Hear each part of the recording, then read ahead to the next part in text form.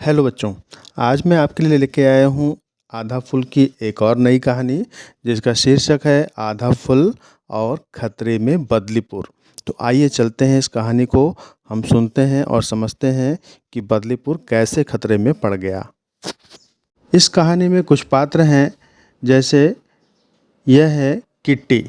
इनकी उम्र है 16 साल और यह 11वीं कक्षा की छात्रा है और इनका गुण है कि जोश भी है और होश भी, और किट्टी के लिए कुछ भी इम्पॉसिबल नहीं है। और ये है अदरक, नाम ही निराला है और इनकी उम्र है 15 साल। इन्होंने 7वीं कक्षा के बाद स्कूल छोड़ दिया है। इनका गुण है यह एक नंबर का जुगाड़ू है और इनके पास तरकीब की भरमार है।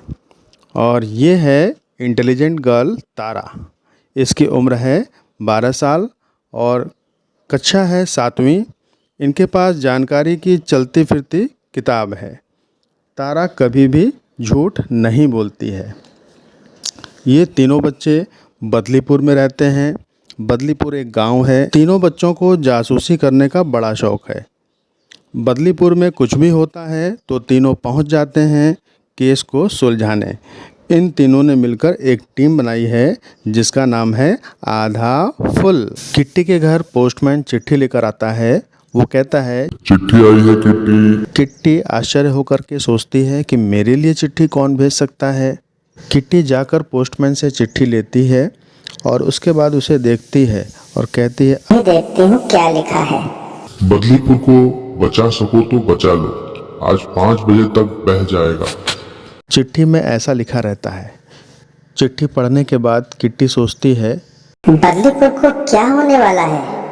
क्या ये आधा फूल का नया केस है? किट्टी जल्दी से तारा के पास जाती है और चिट्ठी वाली सारी बात बता देती है। तारा चिट्ठी पढ़ कर के सोचने लगती है, क्या बदलीपुर खतरे में है? अदरक कहाँ है? किट्टी बताती है। वो अपने घर पर होगा, वहीं चलते हैं। किट्टी और तारा अदरक के घर पहुंचते हैं। अदरक एक कोने में उदास बैठा मिलता है। तो किट्टी अदरक से पूछती है, क्या हुआ अदरक, उदास क्यों बैठा है? अदरक बताता है। किट्टी, क्या मैं अच्छा नहीं दिखता? तारा बोलती है। ऐसा क्यों बोल रहे हो? किट्टी पूछती है, किसी ने कुछ कहा क्या? पूरी बात बताओ। अदरक एक दिन पहले खूबीलाल के घर गया था। उसके चाचा वहाँ पर थे। उसके चाचा ने बोला, खूबीलाल, तुम कितने अच्छे लग रहे हो, कितनी बढ़िया बॉडी बना रखी है, रोज कितनी कसरत करते हो। काश की जवानी में मैं भी तुम्हारी जैसी बॉडी वाला होता। तुम तो बिल्कुल बॉलीवुड के हीरो की तरह दिख रहे हो। अगर मैं तुम्हारी तरह दिखता तो मैं अपने स्कूल में बहुत लोकप्रिय होता। अदरक बताता है। उसके चाचा ने मुझे देखा तक नहीं, मुंह फेर लिया सो अलग। क्या मैं अच्छा नहीं दिखता? मेरी तो तारीफ नहीं की। अब देखना, मैं भी लुक्स पे ध्यान दूंगा, खूब कसरत करूंगा, देखता हूँ अच्छा कैसे नहीं दिखता। किट्टी अदरक को समझाती है और कहती है, अदरक, शरीर की बनावट के बारे में बात करना बहुत आम बात है। लोग ऐसी बातें बिना सोचे समझे ही कर देते हैं। जब हम लुक्स यानी रूप रंग, डील डॉल से जुड़ी हुई कोई अच्छी या बुरी बात करते हैं तो इसे बॉडी टॉक यानी शारीरिक बनावट से जुड़ी बातें कहते हैं। फिर तारा भी अदरक को समझाती है और कहती है, बॉडी टॉक करना कितना हानिकारक है। खूबीलाल को देखो, जब उसके चाचा ने उसकी तारीफ की तो वो और ज्यादा कसरत करने में ध्यान देने लगा। इससे उसका कितना समय बर्बाद हो गया। जब खूबीलाल के चाचा ने तुम्हारी तारीफ नहीं की तो तुम भी परेशान हो गए और अपने लुक्स को लेकर उदास हो गए। वैसे भी हमारे पास लुक्स के बारे में सोचने से ज्यादा जरूरी काम है, जैसे हमारा अगला केस। अदरक आश्चर्य से पूछता है, अगला केस? किट्टी उसे चिट्ठी वाली सारी बात बताती है और कहती है, हाँ, बदलीपुर बहने वाला है। अदरक आश्चर्य से पूछता है, बदलीपुर बह जाएगा? किट्टी कहती है। हाँ, इसमें तो यही लिखा है। फिर तारा सोचती है, पर कैसे? बदलीपुर के बाहर एक पुराना बांध है, कहीं इशारा उस तरफ तो नहीं? किट्टी बोलती है, हाँ, हो सकता है। शायद हमें हाथी की जरूरत पड़ेगी। अदरक, तू खूबीलाल से उसका हाथी ले आ। अदरक कहता है। मैं नहीं जाऊंगा उसके यहाँ। तारा समझाते हुए कहती है। अरे जाओ, अब तो तुम यह समझ गए हो ना कि बॉडी टॉक कितना हानिकारक है। अगली बार जब चाचा जी लुक्स को लेकर बात करें तो उन्हें वहीं रोकना और उन्हें यह सब बातें जो हमने की हैं वो समझाना। फिर किट्टी और तारा बांध की तरफ भागते हैं, जहां बांध में आई दरार के कारण पानी निकल रहा होता है। अदरक खूबीलाल के घर की ओर जाता है तो अदरक और खूबीलाल में बात होती है। खूबीलाल कहता है। कहो अदरक, कैसे आना हुआ?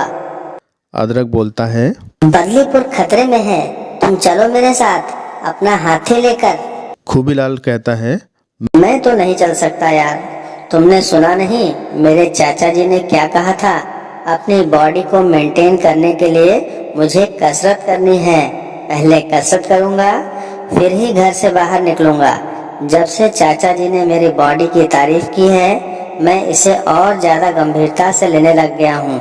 इसलिए मेरे पास तो बिल्कुल भी टाइम नहीं है। तू ही ले जा हाथी।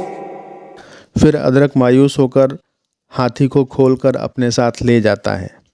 अदरक बांध के करीब पहुंच जाता है। वहां किट्टी और तारा पहले से मौजूद रहती हैं। किट्टी कहती है। लगता है बांध के दीवार में छेद हो गया है। फिर तारा बोलती है।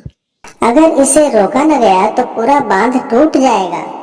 तब तक अदरक वहां पहुंच जाता है और किट्टी अदरक को देखकर बोलती है। रोकेंगे ना? आधा फुल रोकेगा। देखो अदरक आ गया। किट्टी अदरक से पूछती है। तुम अकेले ही? खूबीलाल नहीं आया? अदरक बताता है। जब से खूबीलाल के चाचा ने उसके बॉडी के बारे में बात की, वो लुक्स की चिंता में पड़ गया।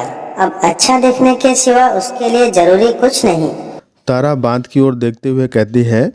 पानी का बहाव तो बढ़ता ही जा रहा है। फिर किट्टी बोलती है। अदरक, तू हाथी को छेद के पास खड़ा कर दे, शायद पानी रुक जाए। अदरक ने हाथी को छेद के पास खड़ा कर दिया। फिर किट्टी ने कहा। मैंने आते समय प्रधान जी को बोल दिया था, वो गांव वालों के साथ मदद लेकर आते होंगे। थोड़ी देर में प्रधान जी आकर बांध के टूटे हिस्से की मरम्मत करवा देते हैं। प्रधान जी अदरक को शाबाशी देते हुए कहते हैं। तुम हाथी सही समय पर नहीं लाते तो बांध टूट जाता। शाबाश बच्चों। अगले दिन अखबार में आधा फुल और हाथी की फोटो छपती है। आधा फुल हाथी के लिए शुक्रिया कहने खूबीलाल के घर जाता है। किट्टी खूबीलाल से कहती है।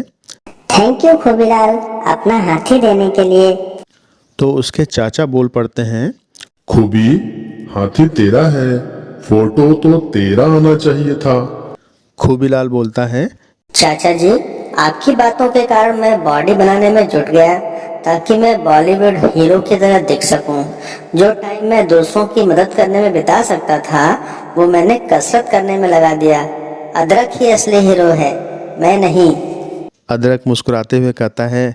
मैं नहीं, ये है बदलीपुर का हीरो, तुम्हारा हाथी। फिर किट्टी खूबीलाल के चाचा जी को समझाते हुए कहती है।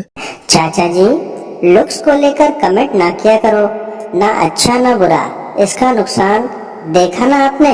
ऐसे कमेंट सुनकर सब लोग खूबी के जैसे लुक्स के पीछे भागते रहते हैं। जैसे अदरक भी लुक्स की चिंता में पड़ गया और उदास हो गया। अब तो आपने सीख लिया कि बॉडी टॉक करना कितना हानिकारक है।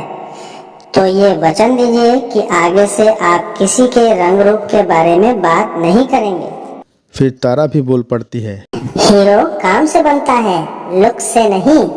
हाथी तीनों को अपने ऊपर बैठा लेता है और जोर से चिंघाड़ता है। सभी बच्चे एक साथ बोलते हैं। आधा फुल जिंदाबाद, आधा फुल जिंदाबाद। तो बच्चों, इस कहानी से आपने क्या सीखा? इस कहानी से हमें यह सीख मिलती है कि लोग बिना सोचे समझे शारीरिक बनावट से जुड़ी बातें करते हैं, क्योंकि ये हमारे समाज में आम है। इसका कारण ये है कि लोग टीवी और विज्ञापनों के कारण आदर्श रूप पाने का दबाव महसूस करते हैं। बॉडी टॉक शारीरिक बनावट से जुड़ी बातों को कहते हैं। ऐसी बातें दोनों सकारात्मक, तुम कितने अच्छे लग रहे हो, क्या तुमने अपना वजन गिराया है, या नकारात्मक भी हो सकती हैं, जैसे काश मेरा शरीर और गठीला होता। ऐसी शारीरिक बनावट से जुड़ी बातें आपके दोस्त या किसी फिल्म स्टार के बारे में की जा सकती हैं। कई लोग शारीरिक बनावट से जुड़ी बातें अच्छे मन से करते हैं, लेकिन ऐसी बातें सबके लिए हानिकारक होती हैं और आदर्श रूप के दबाव को बढ़ावा देती हैं। ऐसी बातें लोगों के गुणों और रुचियों से उनका ध्यान बटाती हैं। बॉडी टॉक सिर्फ उन लोगों के लिए हानिकारक नहीं होती जिनके लुक्स की प्रशंसा की जाती है, बल्कि उनके आसपास के लोगों को भी नुकसान पहुंचाती है। जैसे उनको लगने लगता है कि उनमें कुछ कमी है, जिसकी वजह से वो अपना सारा समय लुक्स की चिंता में बिता देते हैं। हालांकि शारीरिक बनावट से जुड़ी बातें अक्सर की जाती हैं, इन्हें रोकना और जो लोग ऐसी बातें करते हैं उन्हें चुनौती देना ज़रूरी है। जब बॉडी टॉक हो, हमें यह कोशिश करनी चाहिए कि हम लोगों को समझाएं कि यह हानिकारक है और बातचीत का विषय बदलकर गुणों के बारे में बात करें। धन्यवाद।